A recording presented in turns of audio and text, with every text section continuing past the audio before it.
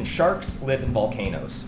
Yes, but not in the way you think. One other thing that we can do is we can dilute all the gases, right? Dilute the oxygen, dilute the nitrogen, the argon. The sea otter population was fairly decimated and thought to be extinct in California.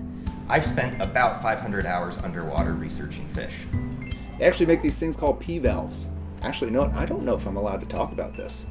Sea otter's thick fur includes about 1 million hairs per square inch, whereas on my entire head, or an average human, we have about 100,000 hairs.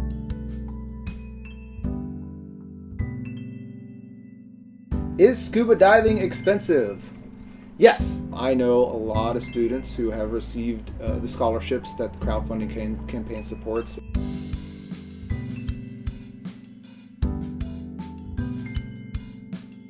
We do have an open house page where we'll keep regular updates of all the different activities to come for our 2022 open house. We're doing a lot of cool stuff here. Crowdfunding efforts go directly towards supporting students and their research. But you're essentially directly financing science. It's a really great way to do that.